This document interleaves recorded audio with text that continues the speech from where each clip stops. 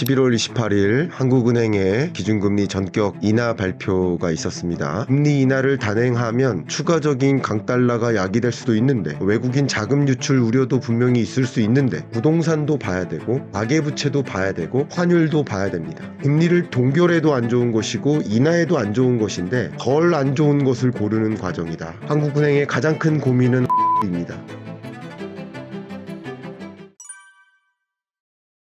네, 여러분 안녕하세요. 지금 현재 11월 28일 한국은행의 금리 결정, 기준금리 전격 인하 발표가 있었습니다. 보시는 것처럼 한국은행은 지난 10월에 기준금리 인하 결정을 했었죠. 3.5에서 3.25%로 기준금리 인하 결정을 내렸고, 또 역시 이번 11월 28일 기준금리 인하를 추가적으로 단행한 겁니다. 이렇게 기준금리 인하를 단행한 것은 무엇일까? 더군다나 이렇게 1,400원대의 강달러 기조가 유지되는 국면에 아마 금리 인하는 어려울 거다라고 시장의 예상이 거의 80% 정도, 시장이 금리 인하 어렵다, 동결을 거의 80% 예상하던 그런 국면에 전격 인하를 단행한 이유는 무엇일까? 그 부분에 대해서 지금부터 말씀을 드릴 텐데, 어쨌든 제가 그동안에 25년 경제전망서에서도 말씀드렸듯이 지금은 피벗의 시대입니다. 세계 각국은 각국이 생각하는 중립금리를 찾아 조심스럽게 점진적으로 중립금리를 향해 금리를 인하해 나가는 시대다. 급하게 서둘러서 금리 인하하는 시대는 아니고, 그 나라의 물가, 그 나라의 경기,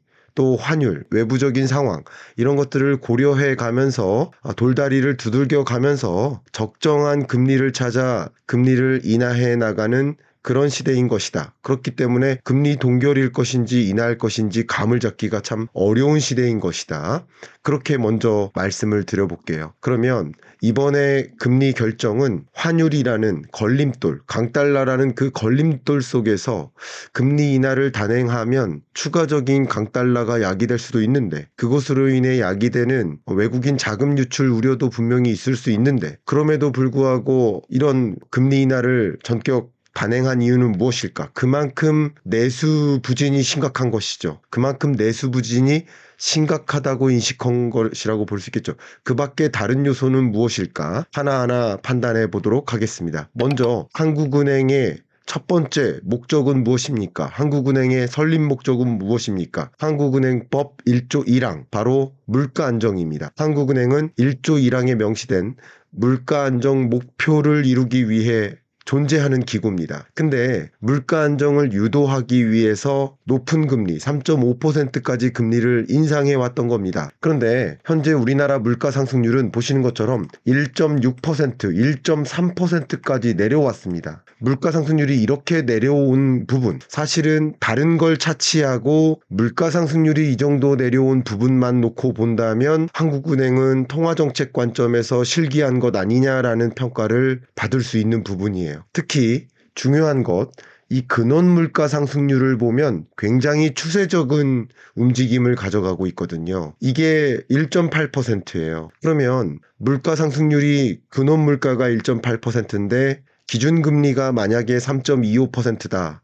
그러면 이 물가 상승률을 여전히 추가적으로 내리는 하방 압력으로 존재하니까 2%를 밑도는 디플레이션을 야기하는 고물가인 것이죠. 그러니까 쉽게 말하면 2.5%까지 내려도 여전히 경기부양적인, 여전히 물가 안정을 유도할 만한 금리라고 판단할 수 있는 것이죠. 다만 여러분이 체감하시는 그 물가를 논하는 게 아니라 물가 상승률을 논하는 것이고, 여러분이 체감하시는 배추 가격, 붕어빵 가격 굉장히 비쌉니다. 그 비싼 가격에서 또 1.3%가 오르니까 물가는 비싼 거예요. 그러나 한국은행의 판단은 물가 상승률을 고려하는 것이니까 그 물가 상승률은 2%를 하회해서 너무 떨어지고 있는 국면이다. 이 부분 강조해서 말씀드리겠습니다.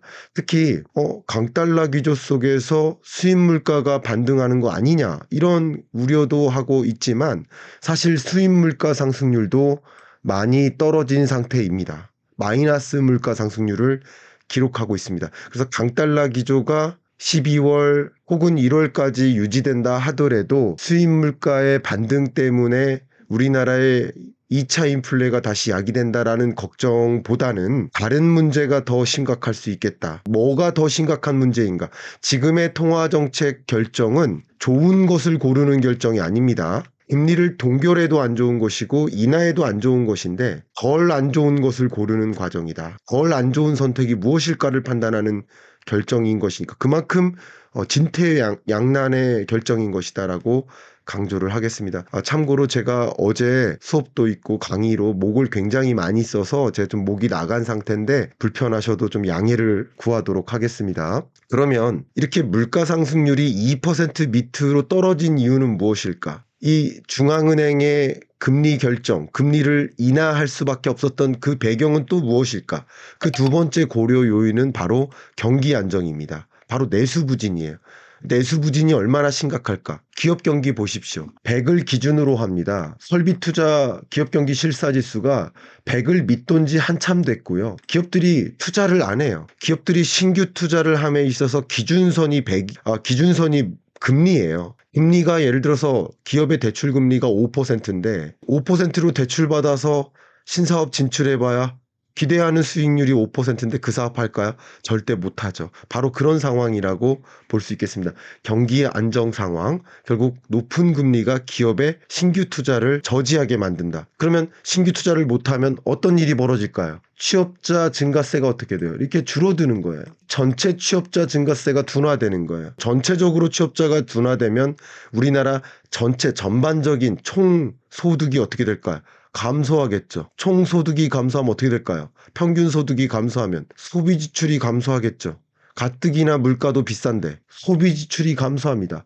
민간 소비 지출이 계속 22년에도 감소, 23년에도 감소, 24년에도 감소. 이게 여러분이 체감하시는 내수 경기 침체입니다. 3년 연속 감소. 그리고 이걸 고스란히 직격탄으로 만나는 계층이 누구시죠? 자영업자. 정말 힘든 거죠. 그래서 이런 경기의 불안을 목도하고 있는 입장에서 금리 인하가 만병통치약은 아니지만 한국은행이 할 수 있는 일은 금리 인하밖에 없는 거죠. 그 밖에 재정정책으로 할 수 있는 일도 고민을 해줘야 되겠지만 한국은행은 이렇게 경기 불안이 심각하다라는 판단 때문에 어쨌든 물가 상승률과 경기 안정 상황을 고려했을 때 아무리 강달러가 지속되더라도 금리 인하를 미룰 수가 없는 상황이었다라고 평가를 해볼 수가 있겠다. 그 밖에도 IMF조차 경제 성장률을 10월 달과 11월을 봤을 때 올해 전망치를 대폭 하향 조정하지 않습니까? 내년 전망치도 더 어두울 것으로 전망하지 않습니까? 그런 국면에서 이 경기 불안이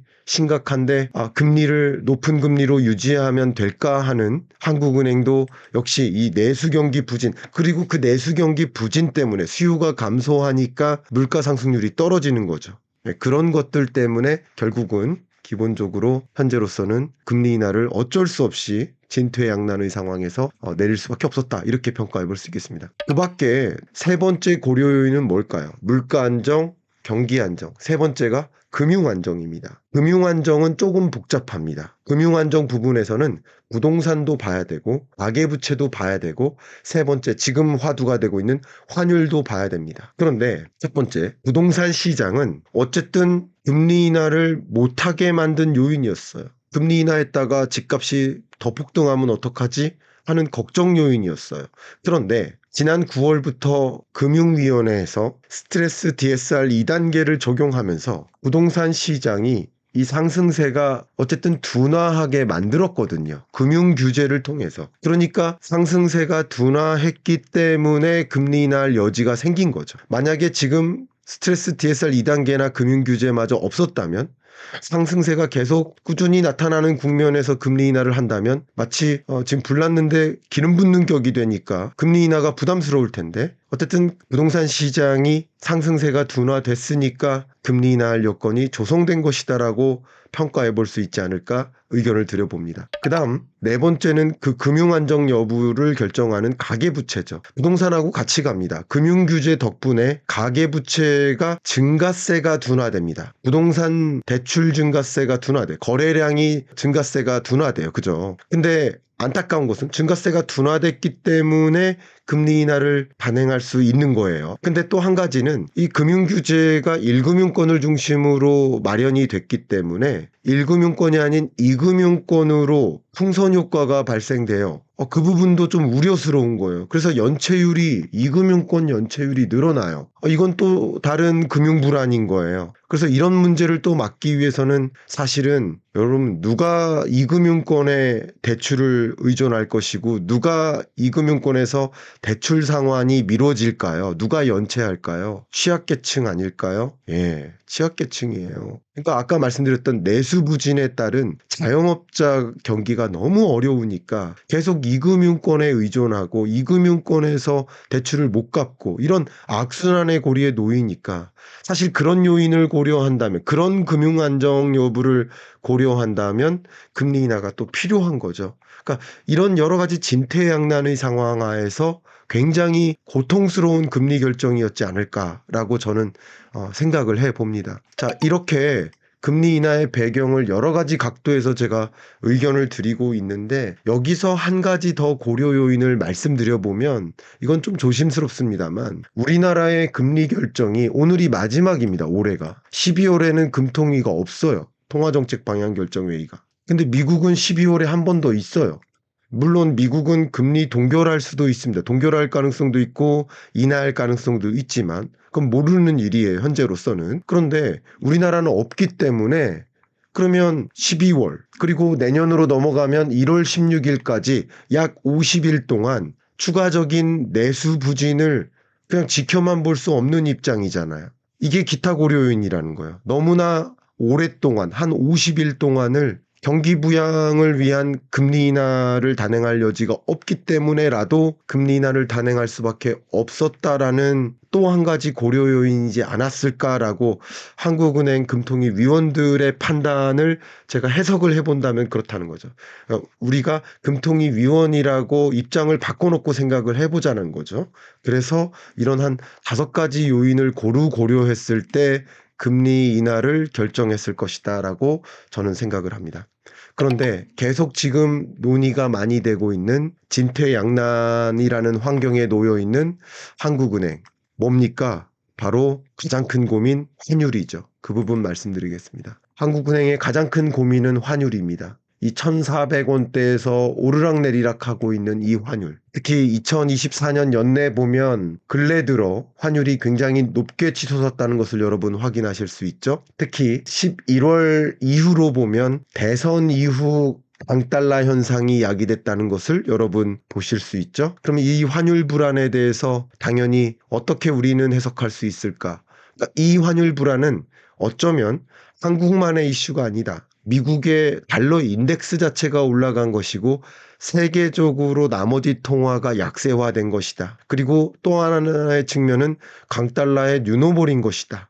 그런 관점에서 본다면 강달러의 뉴노멀 현상, 트럼프 이슈 때문에 벌어지는 이 환율 불안을 놓고 언제까지 강달러가 뉴노멀이 될 것인데 그런데 이 환율 불안 이런 현상을 놓고 이 내수부진이라는 부분을 그냥 지켜만 볼 수는 없는 상황이다. 그러니까 결국은 여러 가지 고려 요인 중에 뭐가 더 위중한가를 평가하는 과정이다. 다 위중합니다. 아까 말씀드렸던 5가지 요인도 위중하고 이 강달러라는 이 요소도 위중한 겁니다. 한 6가지 요인이 다 위중한 요소지만 그중에 뭐가 더 위중한가? 그래서 금리 인하하는 것도 위험한 거고요. 맞아요. 금리를 동결하는 것도 위험한 거 맞아요. 그러나 어떤 결정을 했을 때 덜 위험한가를 선택하는 것이니까 한국은행은 그런 관점에서 의사결정을 한 것이다. 그래서 지금은 강달러 뉴노멀을 인정한 결정이다라고 볼 수 있고 금리 인하해도 추가적인 강달러가 아닐 수 있다라는 생각 그리고 혹여나 강달러가 추가적으로 1,500원이나 추가적인 강달러가 나온다 하더라도 그거보다 내수부진이나 혹은 디플레 우려 이런 문제가 더 심각할 수 있다라는 판단 그런 판단이 있는 것이다. 그리고 좀 위안을 삼아 본다면 제가 여러분께 말씀드렸듯이 지금의 외환 시장의 움직임은 선행성이에요. 트럼프 정권은 시작되지 않았어요. 25년 1월에 시작돼요. 그러니까 트럼프 정권이 시작될 것이라는 그런 기대감 때문에 달러 선호 현상이 야기되는 거죠. 그러니까 이게 선행적인 현상이니까 강달러의 뉴노멀이 있겠지만 1,400원이 뉴노멀이 아니라 약 1,300원이나 1,250원 정도의 뉴노멀로 하향 안정화될 것이다라고 진단할 수 있겠죠. 그렇기 때문에 금리 인하를 그래도 단행할 수 있는 것이다라고 볼 수 있고, 또 한 가지 위안이라고 한다면 바로 미 재무부 장관 베센트를 지명한 것. 그러니까 트럼프와 일론 머스크라는 이 소위 미국의 두 리더라고 표현해 볼까요? 두 리더는 인물됨 자체가 막 벌려놓는 인물인데, 쉽게 말하면 막 국채를 발행할 인물이라고 생각해 본다면 베센트는 온건파예요. 자중하는 인물인 거죠, 쉽게 말하면. 그래서 이 인물이 재무부 장관이 됐다는 소식 때문에 강달러 기조가 조금 진정되는 효과가 있었죠. 그런 것까지 생각을 해 본다면 이런 것들이 하나의 위안으로서 아마도 한국은행은 강달러의 뉴노멀이 있겠지만 그래도 강달러의 다소 약세화, 이런 표현이 드리겠습니다. 강달러의 다소 약세화를 예견한 것이 아닐까. 그런 것의 위안을, 나쁘게 표현한다면 그런 것에 대한 변명을 삼고 금리 인하를 단행할 수 있었던 것이 아닐까. 이렇게 의견을 드려봅니다. 제가 오늘 촬영을 마무리하기 전에 여러분께 공지 한번 해드리면요. 2025년 경제전망서의 제목이 피벗의 시대의 2025년 경제전망입니다. 바로 이런 금리 인하를 점진적으로 단행하는 이런 시대고, 그런 시대답게 정말 세계 경제 또 한국 경제가 결정되어진다시피 하고, 그게 자산시장, 자본시장의 변화를 또 가져오는 그런 국면입니다. 그런 국면에 어떤 변화가 내 앞에 전개될지 그림을 그려봐 주시기를 좀 바라고, 이 책이 좀 도움되시기를 바라는 마음이고, 또 제가 박세익 전무님 산업 전문가, 또 박정호 교수님 정책 전문가, 또 오태민 교수님 지정학과 비트코인 전문가, 이 세 분과 함께 트럼프 2.0이라는 이 책을 통해서 앞으로 트럼프 2.0 시대 어떤 패러다임 변화가 있을지를 그림 그려보고 준비를 했습니다. 함께 들여다보신다면 여러분이 2025년을 조망하시고 잘 대응하시는데 참조가 되실 거라고 추천을 좀 드리고 싶습니다. 이상 제가 의견 마무리하고요. 감사합니다.